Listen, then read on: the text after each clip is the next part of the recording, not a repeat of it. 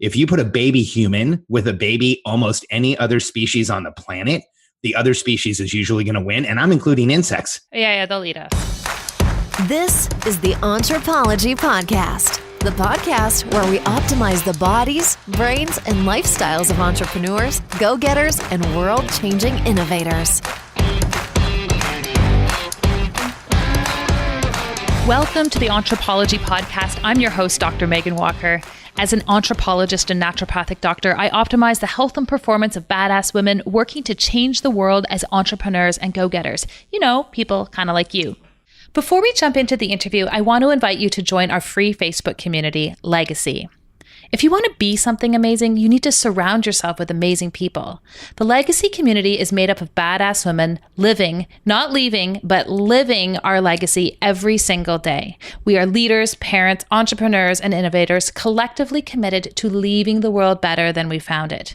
My mission is to support the health and optimization of these badass superheroes, literally to places we never thought imaginable. If you are on a mission and get it that your health is the key to your unlimited potential, then join us. We are super awesome.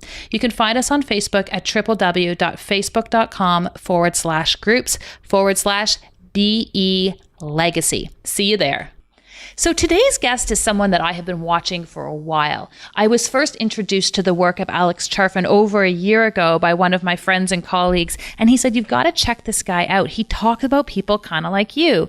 And what Alex talks about and who Alex talks about are entrepreneurial personality types. That's his jam. That's his focus. And through his work and through his own investigation of himself, really, his use of biographies and his looking at people through the lens of what makes them successful, he realized that there are certain tenets of entrepreneurs, of the hunters, of the innovators, of those members of the tribe who drive the tribe forward. We got into some of those personality types. We got into some of the details that makes this group of people tick. What is it that speeds them up? What is it that slows them down? And how do we contextualize these feelings that are sometimes very unique to those of us who would identify as entrepreneurs or the entrepreneurial personality type? I personally found this interview incredibly insightful. I find Alex's work touches on all of those buttons that trigger me as who I am as an entrepreneur. And I know for you who are people who are on a mission, for women in particular who are trying to get out there and drive your mission forward, Alex's insights and his perspective on who we are as entrepreneurs are going to forever shift how you view not only the outside world, but how you view yourself. It is my pleasure to introduce you to Alex Charfen. Alex Charfen, welcome to the podcast. It is such a pleasure to have you here with us. Thank you for having me, Megan. It's exciting to be here.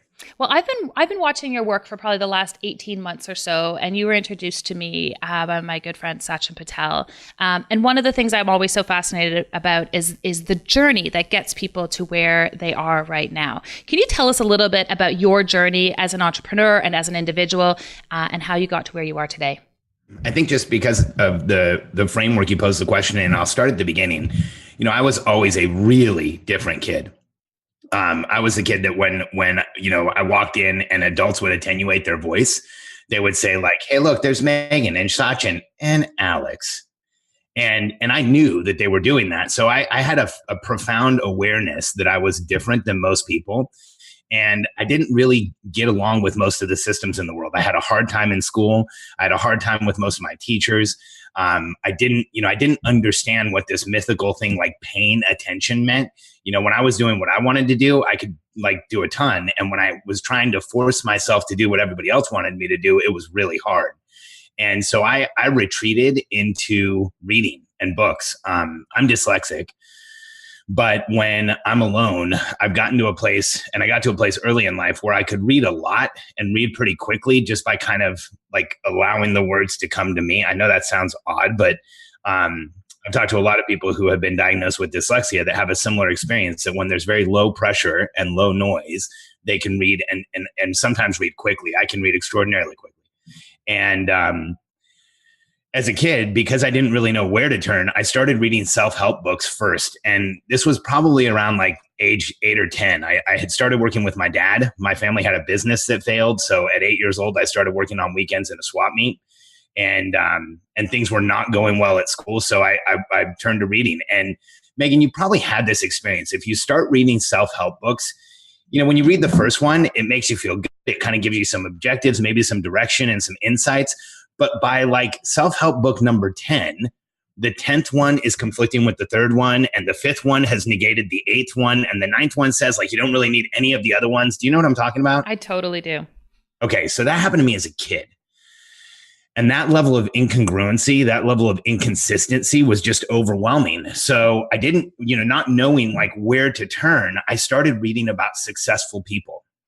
So rather than read other people's summaries about how they created success, I started obsessing over like what made people create success throughout history. And I started reading biographies, third-party accounts, autobiographies, anything I could get my hands on that would explain a successful person. And here's what I found. The more you look at successful people, when you read the life stories of 10, they look completely individual and separate. When you get to 100, they still look different. They look magical. It looks like they were just able to do things the average person wasn't able to do. But when you get to 500 and 1,000 and 2,000 and 10,000 and keep going, you see clear, distinct patterns, clear, distinct similarities. And when I was a kid, I went out looking for this thing called success. And what I really found was myself, Megan. The more I read about successful people, the more I found people that were frustrated and suffered from cognitive dissonance, had a really difficult time in life, were considered antisocial or isolationists. They struggled with the normal world. And the more I read, the more I felt like I was reading and finding myself. And so as a kid and into my professional career, that obsession with success and really, as soon as I started working with my father, I found a place where I belonged. I didn't get along in school. I didn't do well with just about anything else. But I remember the first time that I went to work with my dad and somebody bought something from me, there was this feeling of like I was standing behind a folding table and selling stuff in like a flea market swap meet. Depending on where you live in the world, there's different names for it. If you're overseas, it's called a bazaar. But I remember the first time someone bought something from me, feeling this like recognition that, hey, this is something I can do. And this is something that I might be able to be good at. So my life's obsession became, how do you succeed in business? And just as importantly, how do I just succeed in life? And the more that I asked the question, how do you make business grow? The more I was able to grow businesses. And so through a turn of events, as a kid, I worked with my father. When I was 16, I started a window washing company. I ended up selling it about a year later. Not a great sale. I had to sell it because all of the paperwork I had signed was illegal. Everybody assumed I was 18. And when I went to renew workers' comp and insurance and everything, they found out I didn't have a legitimate company. So I had to sell it to somebody who did, so they could backdate all the paperwork, or not backdate, so that they could take responsibility for everything that I had done. And that was super frustrating. When I was in college, I had a financial consulting firm I started with a friend of mine, and we did billing and collection software. We ended up selling that to a company in Florida. I went to do a 1-year buyout. I made it 8 months. So, a lot of my early career, you can tell the story two ways. It sounds like, wow, this guy was doing a lot of stuff and creating businesses and making things happen. But each one of them was like kind of a failure. And at 21, I left the buyout of the firm that had bought our company and bought our software. And I was in Florida. My family was in California. I found myself on the other side of the United States with no network, no real history in business, totally unqualified for anything. But a friend of mine was going for an interview with Fuji Media, which is a Global 100 company. And he had a consultancy, and I went with him. And it was kind of one of those things where he said, hey, come with me. There's a contract available in Florida, but what we're really going to do is I'm going to go interview for this deal that they have in New York, and we'll talk to him about Florida, but it's super long shot. Like, if something happens, it happens. If not, you get the experience of the meeting. And we went to interview with Fuji, and he did not get New York. We got Florida. We had a 30-minute interview that lasted for 3 hours. And at 22 years old, I became a Fortune 500 consultant, and I was thrown directly into the deep end of the pool. And it was like, I tell people I started holding my breath at 21. I learned to breathe again somewhere around 33. I spent over a decade consulting with companies like Fuji, SanDisk, Targus, Microsoft, Logitech, Belkin, Monster Cable. And we worked with accounts like Office Depot, Home Shopping Network, some Walmart, Radio Shack. And in my 20s, I grew about a $250 million company. That was the highest revenue that it reached in a year. We had 14 offices throughout the US and Latin America. And, it was an incredible time to be in the computer and consumer electronics industry and working with those companies. And in a lot of ways, we did things for the first time. We sold the first digital camera, like absolutely the first digital camera, the first wearable exercise device, connected device, we sold it. The first digital camera memory we sold, the first multi-layer memory tapes we sold. It was really intense. And when I met my wife at 32, I decided I didn't want to own a massive consultancy anymore. I had built a business that was huge. It was profitable. It was a very influential company. But because I built it in my 20s and I didn't really understand what I was doing, I built it to the place where I had to be there every day. And it was completely overwhelming. I had ballooned to over 300 or to almost 300 pounds. I was hypertensive. I had high blood pressure, high cholesterol. I was taking sleep medication. I was taking 5 different medications at that time: asthma, sleep, hypertension, heart medication, and blood pressure medication. And I went to go get my pilot's license renewed, and I failed. They wouldn't let me fly anymore. And it was this wake up call. So I ended up selling out of that company. My wife and I started a business together. We grew a massive real estate massive real estate business. And we did it again. We grew like 3 different $10 million plus companies. I was going to quote unquote retire. So my retirement was 3 $10 million companies running all at once. I've had this career where I just I can't sit still. I can't stop moving. I kind of feel this press to move forward. And so, the way that my work came about and the way that the entrepreneurial personality type came about is that about 3 years ago, I sat down to write the book that was going to be like the summary of everything I had learned about business to help entrepreneurs grow their companies. And I can remember it like it was yesterday, Megan. I was writing one weekend, and I got to the part of this book on running a business where in the book proposal, not even the book, I had to describe my customer. And I sat down to describe entrepreneurs, and I couldn't. Like everything I wrote seemed inadequate. Everything I wrote just seemed like it wasn't enough. There was this personality type and successful people that I had obsessed over my whole life. I had read, thousands of life stories. And in my consulting career, I had been up close and personal, worked directly with billionaires multiple times. And if it wasn't a billionaire, it was somebody like Howard Johnson, who grew Targus from, a $10 million company to $1 billion company in the time that we worked together.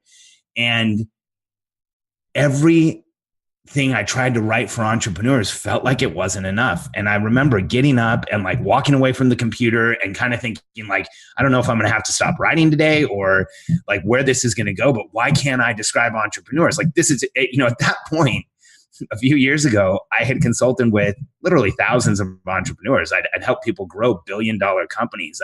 I've helped people with 9-figure plus exits more than once, and tons of people with 8-figure exits.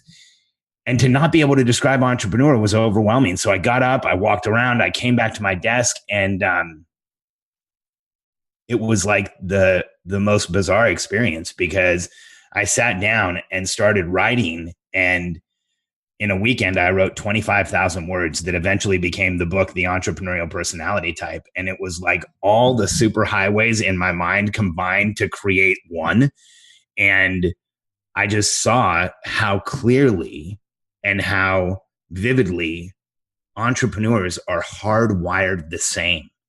And as I started writing that weekend, I wrote this treatise, this manifesto, a summary of our personality type that I just felt like was the truth. And I don't know how much of it I wrote. and how much of it I downloaded, if you know what I mean. I totally do. But it was this experience where by the end, like I was overcome with emotions, because here's what I found, Megan. Society has this description of people that I think is just not right. If you look at how society evaluates human beings, if you don't look like everyone else, talk like everyone else, learn at the same pace, read at the same pace, write at the same pace, you're a broken person that needs to be medicated, diagnosed, and corrected. And the fact is, if you don't look like everyone else, talk like everyone else, write like everyone else, read like everyone else, and learn at the same pace, history has proven that that's a brilliant person who not only can, but will change the world. And that weekend, the entrepreneurial personality type came out, and it clarified for me who we are and why we're here. Yeah. Listen, I don't want to jump in, but I want to jump in because I have a million things that I want to say. But I read the book, and I read the book twice, actually. So the way that, and correct me if I'm wrong if you've done this in other ways, but the way that I understand it is you had, was it 500 copies? Yes.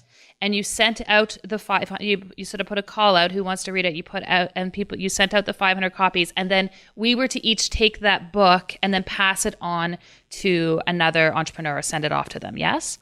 Yes. Right. So I saw that you did that, and I put my call out, and I was like, I want to read this. And I read it. And from the second I opened it, I went, oh my gosh, thank you. And these are always my favorite experiences, right? When you're just like, you're nodding, you can't stop reading because you're like, there are people like me. And what was interesting, I finished the book and I packaged it up and I sent it off. And then I received a second copy of the book serendipitously. So I was like, well, I'm going to read it again because there's a reason that it came through my world. But Alex, can you describe for us, at a high level, because I feel like we could talk about this all day, what the entrepreneurial personality type is? Megan, at a high level, it's actually easier to explain the different personality types that are in the world. And maybe even the different functions that people serve in the world. In fact, I believe there's 4 different types of people in the world, and I'll let you self-qualify as which one you are. So, I've done exhaustive research or extensive research. I don't even know how to talk about it anymore because I've studied personality types. I've studied human beings, archaeology, ancestral health, how we evolved, how we think, what are the evolutionary triggers that make us do things. And I've obsessed over successful people to the point where I can see them separate and totally different than the rest of the world. And here's why. In all of my research, it shows that there's 4 different types of people in the world. And our evolutionary tribe needed all 4 of those types of people. I'll start with the first one. I call them the caretakers. And caretakers are the people in the world that want to take care of other people. They like the act of taking care of other people. Now, Megan, you're a doctor and you help people optimize and get in shape and be healthy and understand what they can do to create vital health. So a lot of the times when I'm talking to someone who's an entrepreneurial personality type, they immediately say, oh, caretaker, that must be me. However, I can disqualify you from this group with one simple question. Megan, do you enjoy changing bedpans? Not at all, right? I mean, I might overdo it. I have 3 kids and I've changed a lot of diapers, but no, I can't say that I enjoy it. Okay, well, here's what's interesting. A lot of times when I ask an entrepreneur, do you enjoy changing bedpans? They say something like, I mean, absolutely not. But here's what's crazy, Megan. You know this from being in the medical profession. There are people that if you ask them, hey, do you enjoy changing bedpans? They'll say, well, Megan, if that person needed the bedpan changed and I was here and I was able to be of service, I feel fulfilled. Yes, I enjoy doing that for people. Wouldn't you agree? I would totally agree. And so that type of person, the caretaker, evolutionarily, our tribe needed the caretaker. We needed the person who would take care of other people. But you've already qualified that you're not one of those people. So let's go to the second type. The second type of person, I call them the communicator. Now, the communicator is the person who likes to talk about anything. A lot of times people with our personality say, well, I must be the communicator because I like to talk. I have a podcast. I like to talk to my patients. I like to communicate. I can disqualify you from this category with one simple question. Do you enjoy small talk? No. That was a little more resolute than the first. I had to struggle with the doctor caretaker thing, but I let it go. Right. And most entrepreneurial physicians have a very hard time with small talk. In fact, they're often accused of having bad bedside manner just because they don't know how to have that small talk. And Megan, I'm with you. I don't understand small talk. I've watched two communicators at a water cooler talk for 45 minutes about a TV show that was only 30 minutes long. Right.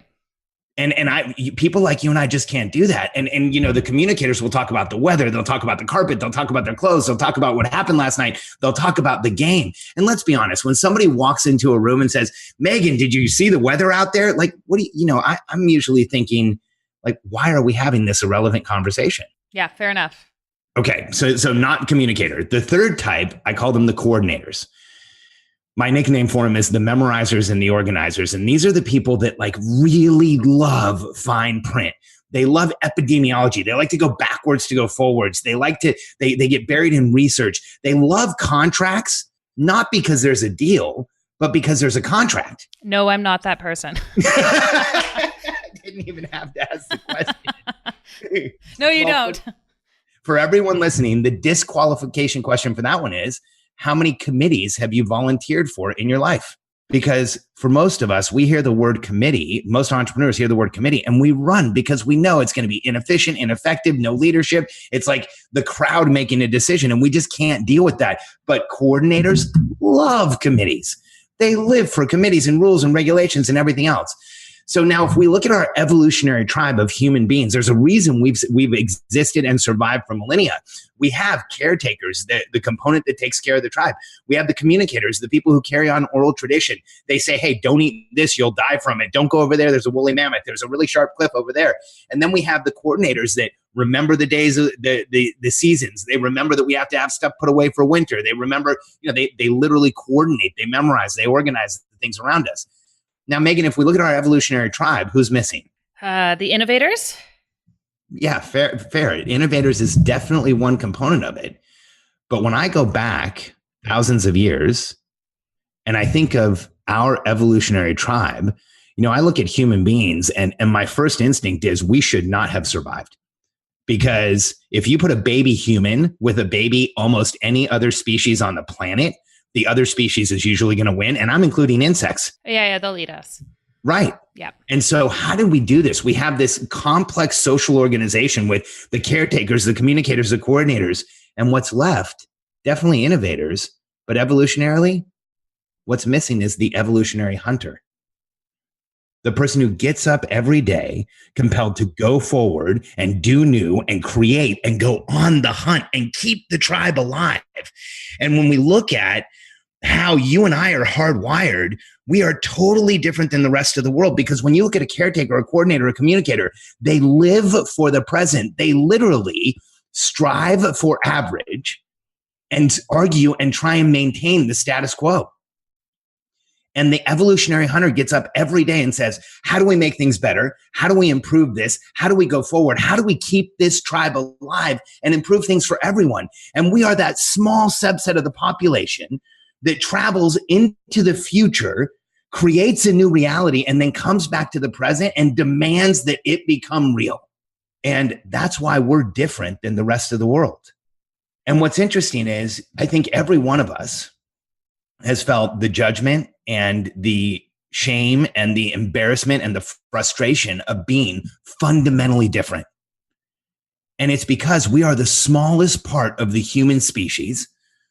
The hunters make up the smallest group, and the rest of the world simply doesn't understand us. You know how they refer to entrepreneurs. They call us risk takers and intimidating and frightening and scary. And like we do things that just don't make sense and illogical. And let's be honest, every guy who's ever been a hard charging entrepreneur has been called a lot of challenging names. And any woman who's a hard charging entrepreneur has been called names that I don't even want to repeat on a podcast. But I know it's happened to you, and it's happened to every one of my clients, because we're fundamentally different from the rest of the world. While they fight for average and cling to the status quo, we get up every day and demand that the world improve.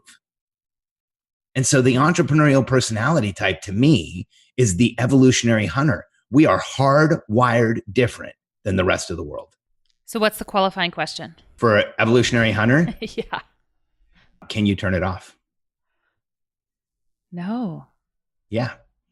And why would there be a part of our species that is pre-programmed to not be able to turn it off, to not be able to sit still, to constantly want to be in forward motion, and to obsess over this elusive quality, this elusive feeling called momentum? We want to be in momentum. We want to be going forward. We want to be creating. And so when I ask the question, can you turn it off? When we look at the rest of the world, Megan, we have to just understand that, yes, they absolutely can. Every night of the week in the United States, there's a show like Wheel of Fortune that plays. It's a 30-minute game show. If for any reason that game show's interrupted, the TV station receives hundreds of thousands of phone calls. Where is my Wheel of Fortune? Megan, can you ever imagine making that phone call? No, I can't. That's the rest of the world. They do the same things each day. They create routine. They want to stay the same. They want the world to stop changing. And the reason why we can't turn it off is that whether you believe in intelligent design or in immaculate creation, or however you believe, or evolution or the Big Bang or whatever it is, just go to your part of the theory where human beings appear. And the fact is that the small part of the tribe that kept everyone else alive is hardwired completely different. We are evolutionary hunters. And the fact is that if you're the part of society or the part of a species that gets up every day, goes out and kills things, you're probably going to create some conflict with the rest of the species. And I think that that's really who the entrepreneurial type is, and it's who we are. Well, and it's funny you say this, because I remember the very first time I had this moment where I was like, do I just think differently? I was in a grade 10 math class, and I remember this teacher, we were doing something with, I think it was like a Cartesian plane. And I finally was like, why are we learning this? And she looked at me and was indignant. She's like, Megan, if you want to be an astronaut, you need to know how to do these calculations. And I was like, are you effing kidding me? And I was a good girl. I didn't break rules. I didn't get detention. That was my very first detention. And I just didn't understand why we were spending our time doing things that didn't serve that innovative purpose. I'm really interested in hearing your perspective on the entrepreneurial personality type as it pertains to women. Because in my experience, women not only have this driving feel of the entrepreneurial personality, but then there's also this pressure of like social norms and expectations. And the big one is, when you were talking before, the compelling theme of what you were saying was you picked up an opportunity and you rode with it. You just took it and you're like, I'm going to figure this out because I'm a competent person and I can do this. You didn't wait for permission. And I feel like this is one of the areas of challenge for female entrepreneurs, is there's still just a little bit of waiting for permission. Do you have some insight on this? Absolutely, Megan. When you look at the entrepreneurial personality type, I think we're hardwired fundamentally different than the rest of the world. In fact, I think most of us don't really understand emotions like the rest of the world describes emotions. Let me just demonstrate. So I don't think that we understand happy and sad like everybody else does. And I know that sounds a little crazy because we've figured it out. Happy and sad are binary. Happy's on, sad is off. But the fact is, when we look at the world of emotions, most of us are confused by it. Like, Megan, if I was to ask you, what's the difference between sad, frustrated, pissed off, ticked off, confused, irritated, annoyed, and just plain not going to talk to you? What's the difference between those? I don't know if I have a good answer for you. There probably isn't for us. You know, this world of emotions that the rest of the world lives in. I have people, you know, and here's what I know about people like us, especially female entrepreneurs. Megan, how many times has your confusion been mistaken for anger? Oh, frequently. Right. How many times has your frustration been seen as a personal attack against someone else? Frequently. And how many times in your life have you been told you don't feel right? And here's what I mean by don't feel right. Questions like, Megan, why are you so upset? Why are you so frustrated? Can you slow down? Can you stop making everyone else uncomfortable? Can you sit down? Can you stop wiggling? Do you know what I'm talking about? Yeah. Yes. Yes, I do. Well, see, we're just hardwired different. Entrepreneurial personality types, the definition, the short, concise definition is that we are physiologically sensitive, momentum-based beings that are highly reactive to constraint. And when you look at how we exist in the world, we don't have the same feelings as everyone else. Evolutionary hunters don't understand the difference between happy, sad, frustrated, pissed off, ticked off, confused, and just plain not going to talk to you. You don't need to. As an evolutionary hunter, if somebody gets hurt, you can't feel an emotion in that moment. You move forward. Peter Thiel actually says that the primary quality that most successful entrepreneurs have is that they don't feel the same level of emotions and they don't succumb to the same social norms that most people do. Why is that? It's because we are hardwired to go out and accomplish, to go out and do. I believe we only exist in 3 states. The first one is in momentum. It's when we are achieving, when we're accomplishing, when things are going well, when the world is kind of following in our wake. Megan, do you know that feeling? Totally do. What does it feel like for you? Oh, well, it's funny. Like I'll use different terminology, but I do a lot of genetic testing. So I'm like dopamine is on or dopamine is off. And dopamine on, it's like, it is just like sheer giddy joy. Right. I mean, there's no better feeling. When dopamine is on, and I love your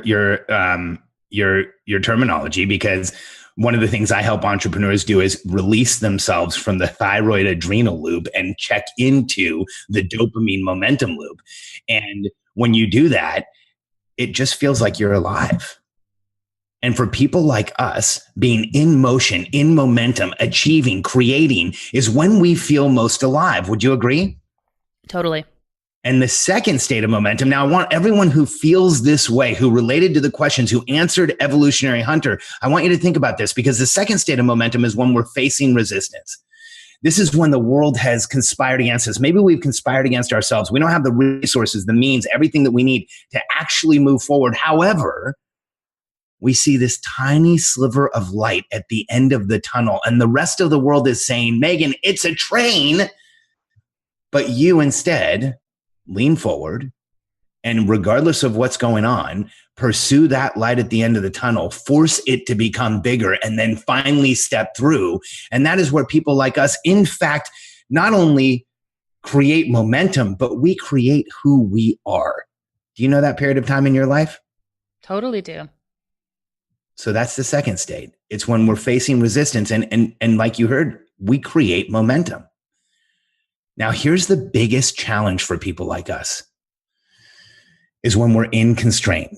When you're in momentum, you feel alive. When you're facing resistance, we create momentum through finding that light at the end of the tunnel. But when you're in constraint, this is when you're in a situation, a circumstance, a system, some type of authority is around you, or you've created a situation in your life where you can't see the light at the end of the tunnel.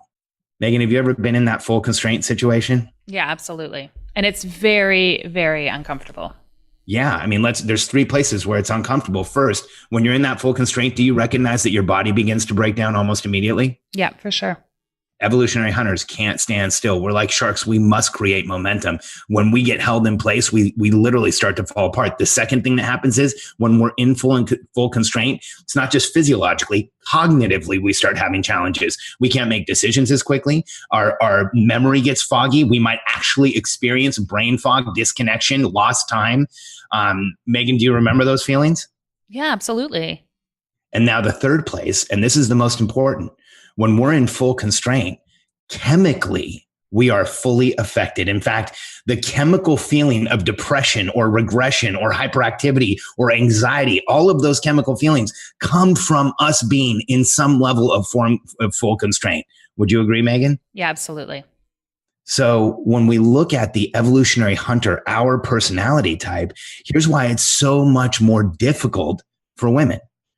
Because a male who gets up in the morning and says, I'm going to conquer the world, is seen as a go-getter. A woman who gets up in the morning and has that same level of aggression towards success, that same level of assertiveness towards success, well, you and I both know she's a bitch.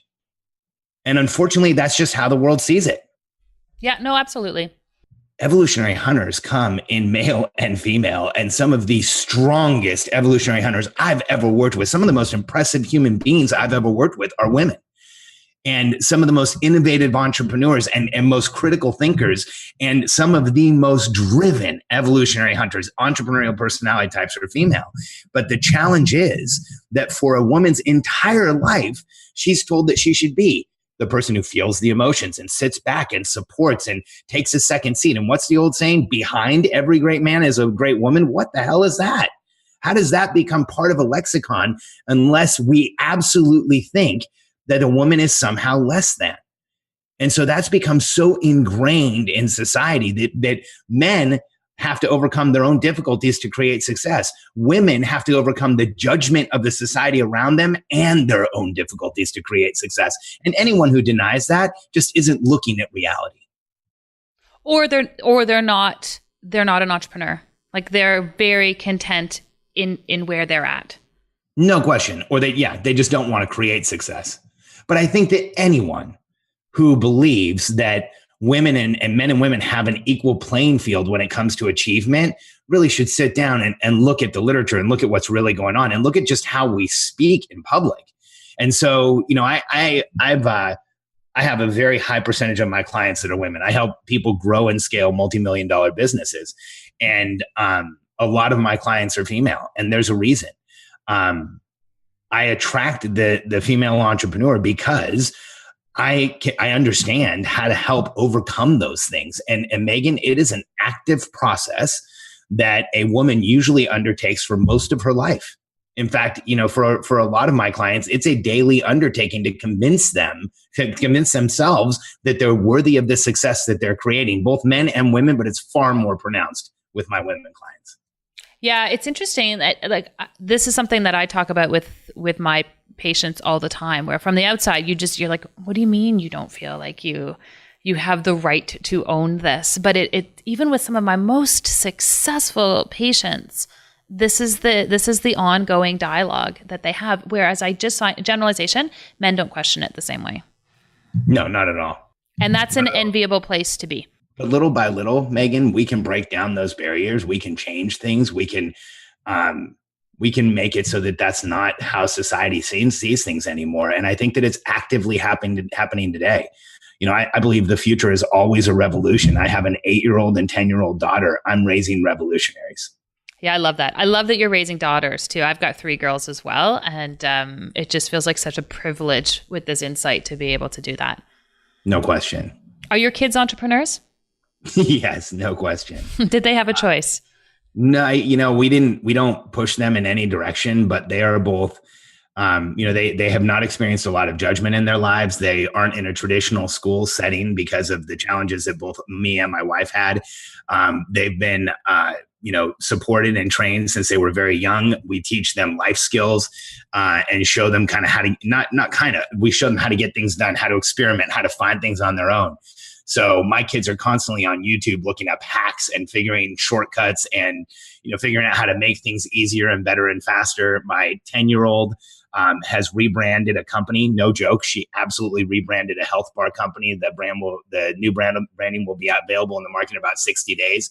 She draws constantly, draws logos and draws designs. She's 10.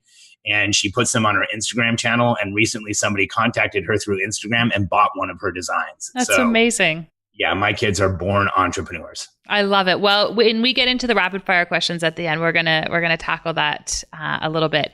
One thing, Alex, I want to get into a little bit, and you touched on this in your introduction, was health. And you were saying, at the height of your financial success with your previous business, and just at the time you met your wife, you had gained a lot of weight and you were on a lot of medication and your body was breaking down. And I know from the work that you're doing now that health and well-being is a massive priority in terms of your teaching and its role in the success of entrepreneurs. Can you take us through that evolution for you and how health factors into the success of your business now? Absolutely. Sure. When I was younger, I was a very unhealthy kid. Growing up, I had all the sensitivities and all the symptoms that evolutionary hunters normally have. We are far more sensitive than the rest of the world. I was sick a lot of the time. I had asthma. I spent a lot of my school career trying to stay away from other kids so that I wouldn't get beat up or put in a trash can again. And it was primarily because I was weak and I was smaller. I actually had irregular growth spurts. So I went from being the short, fat kid to the tall, skinny kids four times in my life. And health was always a severe challenge for me. When I was 13, I started lifting weights. I followed like the traditional American way to like put on mass and gain weight and trying to get healthier. And so I took supplements and protein powders, and I ate tons of like meat and cheese, and did the raw egg thing, and really obsessed over creating physical health. And at that point, it was more to intimidate and more to create armor than anything else. And so when I started my business, I continued just to try and do that. But between the stress of the business and the stress of the food that I was eating and the cortisol that went through the roof and my hormones being completely thrown off in my 20s, I ended up in terrible health, like not even close to being healthy. And that started my obsession 14 years ago with how do you correct that? I was told by my doctor that I had hereditary issues and I would have to be on medications for the rest of my life, a heart medication, a statin, an asthma medication, hypertension. And I remember waking up one morning and thinking, like, this is not how people live throughout history. If we all needed these hereditary medications, we would have been wiped out of the gene pool. And so I started researching and obsessing over how do you create health? And part of it was selling my company and getting more time. And another part of it was really learning what optimizes the human body. And it's been an obsession now for so long that I've started writing content around it. I've created a course to help entrepreneurs optimize. And Megan, I'm very specific. I don't help the rest of the world. I help the entrepreneurial personality type. I don't really understand the rest of the world. I don't know how to help someone who wants to get healthy so that they can take more time off and retire. I don't know how to help someone that wants to get healthy so they can have more time standing by the water cooler. But I do know how to help someone that wants to get healthy because the outcome they've created in the world, the goal they have for themselves, the vision they have for their lives is so important that they're willing to do anything. And while the medical industry looks at people as being very low compliance, and most medical protocols kind of go to lowest common denominator, like here's what we should do because it's the easiest and it's what requires the least compliance from the patient. I'm the opposite. I show entrepreneurs how to create momentum in the process without white knuckling and get into optimized physical condition. Because this is a fact. There's no argument against it. If you are not optimizing yourself, you will not optimize your business. And if you don't have the business you want, you haven't become the person who can run it yet. And when you look at famous entrepreneurs throughout history, there's a commonality there. They obsessed over lowering the pressure and noise in their lives. And that was physiological pressure and noise, cognitive pressure and noise, chemical pressure and noise. That was an obsession. And today, we see this obsession playing out all around us, but we don't pick it up. When I was a kid in the 1980s, Michael Jackson put a hyperbaric chamber in his house. It made front page news around the world because how weird someone would have a hyperbaric chamber in his house. Today, I have friends that have a hyperbaric chamber, a cryo chamber, an infrared sauna, a wet sauna, a dunk tank. I mean, I have half of that stuff. Katie and I have a $500,000 rehab facility in our basement because I don't like to leave the house to do that stuff. And it's not even seen as weird anymore. We see Richard Branson buy an island and we think to ourselves, wow, he's so rich, he could buy an island. Well, let's look one step further than that. Richard Branson bought an island because he wanted to control an environment where he could go on vacation and experience no pressure and noise. It's funny. My husband said to me, I'm just going to interrupt you for 1 second. He's like, where do you want to go on vacation? I said, I want to get on a ship and do a transatlantic trip and just stare at the ocean. He thinks I'm crazy, but I love to go to places where no one can find me, where it is absolutely still. I get it.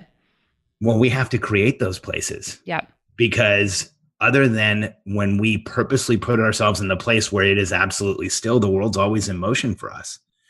And so, when I look at entrepreneurial success, here's how I see it. There's 3 alignments that create success for an entrepreneur. And there are so many different frameworks out there that confuse things.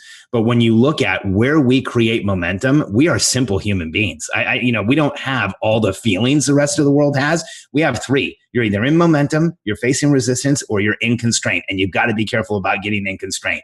When you lower pressure and noise in your life, you create momentum.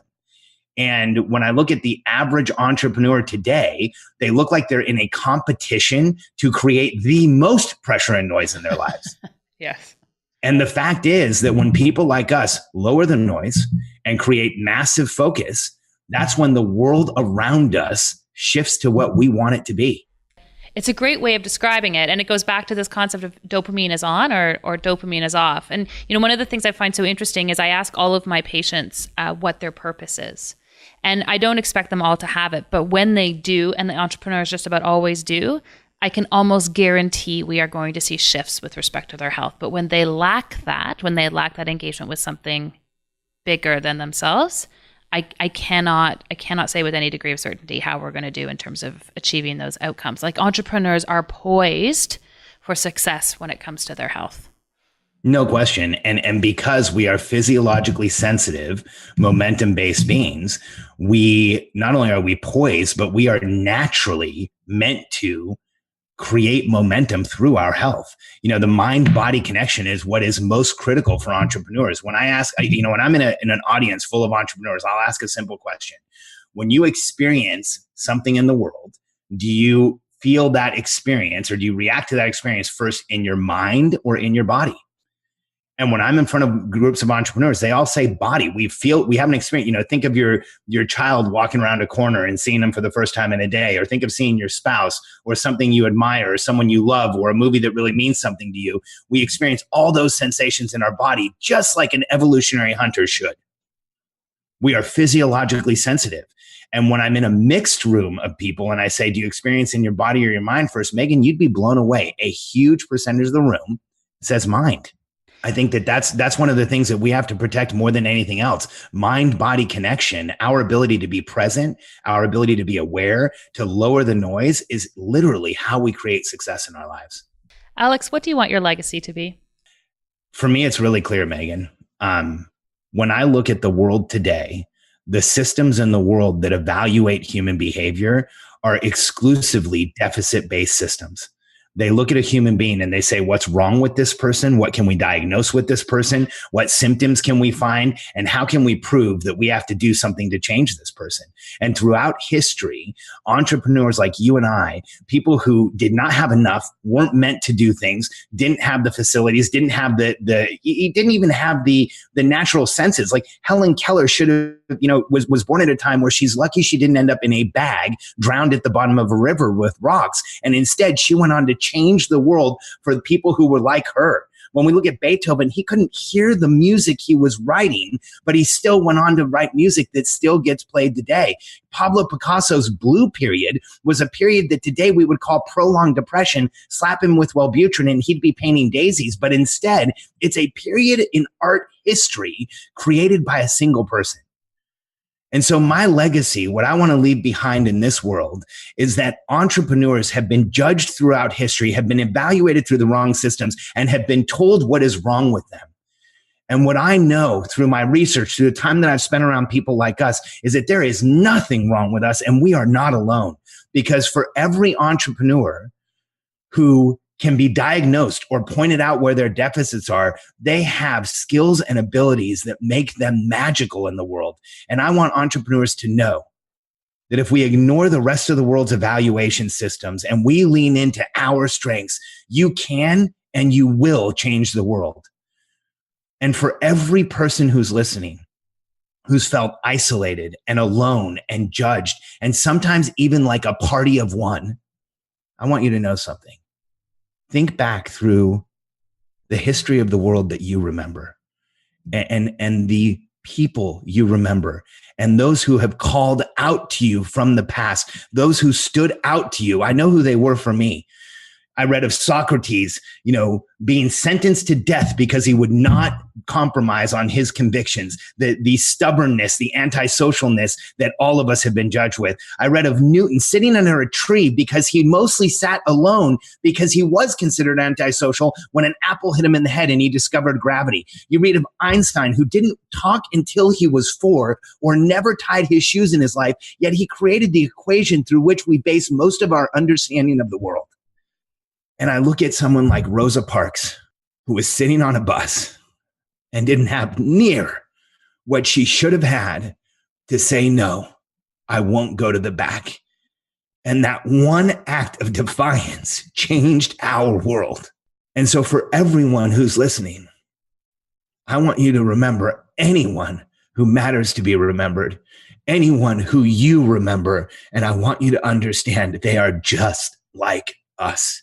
And my legacy, what I want every entrepreneur to know is that there is nothing wrong with you and you are not alone. Alex, that was amazing. Thank you. You've encapsulated your legacy, and I know that people listening are going to have goosebumps with respect to, well, the feeling ones anyways, with respect to the action and acknowledgement of who we are. Each month, I'm featuring a new anthropology quiz to help you unlock and uncover some of the physical performance blocks that may be holding you back from your true potential.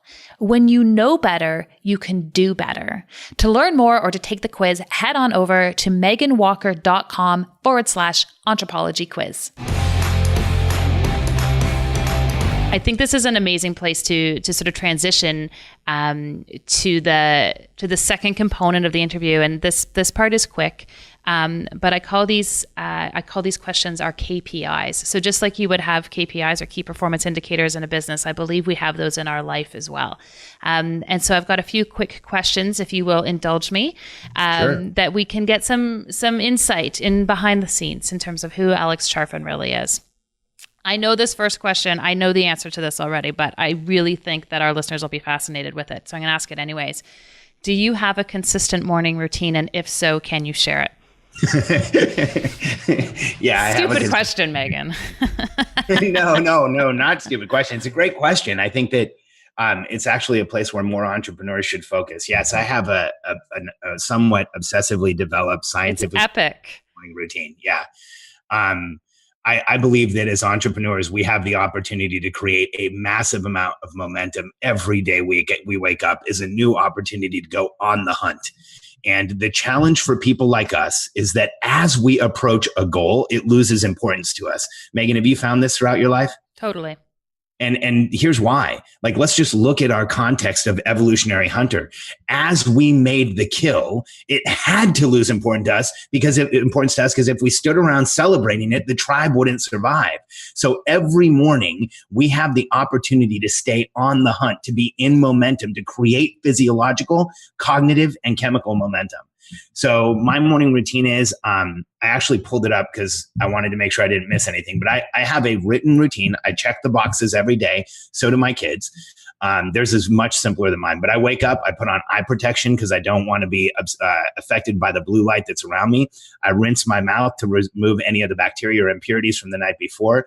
I hyperhydrate, which means I drink 16 ounces or more of water. For me, it's usually 25 to 35 ounces. That hyperhydration increases the metabolism 30 to 50%. It causes a full system reset, a circulatory flush. It's one of the best things that you can do for yourself in the morning. It's one of the most effective things that you can do for yourself in the morning. Then I go outside after the hyperhydration for about 2 to 3 minutes because I want to program my circadian rhythm to the natural ambient light. So I go away from fake light and I stand in my backyard. I usually do a breathing exercise or stretch while I'm doing that. Then I come back inside. I do either hyperoxygenation breathing exercises or meditation. I use the Muse headset to get present. I then create I make my hypernutrition shake, some herbal remedy tea, and take my supplements. I go into what I call planning in solitude, which is a focused time where I plan my day. There's no electronics. I change location away from where I work. I review my vision, my daily goals, my company tenants, my weekly commitments, my calendar, and then I plan my day. And I do not go to a to-do list. I ask 2 simple questions first. What is my intention for the day? Because that doesn't exist on a to-do list. Like this morning, I wrote down for this podcast, be present on this podcast, help our support Megan, and get listeners for our podcast. Like, that is my intention on this podcast. I want people to come listen to us. I want to be able to support your listeners just like you do. The second question I answer is, where was I uncomfortable yesterday? One time every 24 hours, we have the opportunity to sit down and declare where we were uncomfortable, because people like us tolerate far too much, and that's how we stop. Then I review my day before. I do create a to-do list at that point. Then I select the top 3 things on any part of that planning cycle that are going to get accomplished that day. And then I ask myself, what should I do? And what can I delegate to everybody else? Once that's done, that's usually around the time that we wake up the kids and I do my daily alignment with Katie. We have a lot of process in our marriage. It keeps the marriage close and it keeps it keeps it connected. Then I hyperhydrate again. We go on a 25-minute walk with my kids. We call it the primal foot walk. We do the primal squat, which is a very specific way of squatting to create a reverse stretch to what we're subjected to most of the day. Then once I'm physiologically activated and ready to go from doing that walk, I come back, I finish my planning in solitude, I hyperhydrate again, I do what any additional workout or exercise I'm going to do, jump in the infrared sauna, usually from anywhere from 20 to 45 minutes, depending on the day, take a cold shower, moisturize my feet, my face, but feet are the primary sensory or primary proprioception organ in the body. Our feet tell us where we are. So I take care of my feet somewhat obsessively on a daily basis, and then I write down my finish time. Typically, that entire routine takes about an hour and 25 minutes. So in the first hour and a half, 90 minutes of the day, I've accomplished more than most people will all day. I've chemically, cognitively, and physiologically supported my body, and I've taken care of breathing, hydration, nutrition, and movement, which are the 4 pillars of health. And that's that each day. By the time I'm done there, I'm ready to go do anything. I told you guys that this was epic. That's amazing.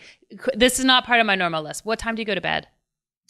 Usually between 9:30 and 10, and I'm up by about 4:30. The research proves, Megan, that healthier people, those of us who do optimize, just don't need as much sleep as the rest of the world. In fact, people who sleep 6 to 7 hours a night actually live longer than those that sleep 7 to 8 hours a night. So that whole you need 8 hours a night of sleep, it's just about as good as the body mass index or the 8-ounce glasses of water. Like all of those things are just made up numbers. Right. Yeah, no, absolutely. Fiction or nonfiction? What are you reading right now? I read tons of nonfiction. Right now, the 3 books that I have on my desk are Wired to Eat by Rob Wolf, Saving Normal by Alan Francis, and Anatomy of an Epidemic by Robert Whitaker. Awesome choices. What do you do? What do you do for fun or play?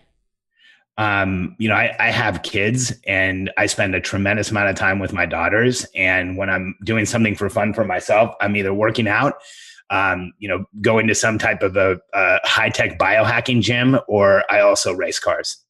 Whole other podcast topic. No doubt. Last question for you, Alex. I ask everyone this question, so I'm especially interested in your response. Entrepreneurism. Are we born this way, or do we learn to become entrepreneurs? I think that for people like us, there is definitely a hereditary component to this. However, I have seen people become entrepreneurs at 35 years old after having lives where we would absolutely think that they were a coordinator or a communicator. And I think that here's what happens.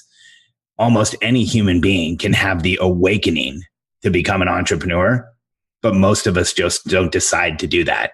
And I think that there's a lot of people in the world that are borderline and thinking about it. And here's what I say to anyone who's in that place. If your mind is pregnant with the question, can I? History proves that the answer is absolutely yes. What a fabulous place to wrap up. Alex, I know people are going to want to connect with you. You have so much to offer. Where can they find you, and what are you up to? The Entrepreneurial Personality Type podcast on iTunes is a great resource. You can actually go to momentumpodcast.com, and we have it on Stitcher. We have at Google Play and on iTunes, and we're up to, I think, 25 episodes or 26 episodes in the can, and I think 22 are out there.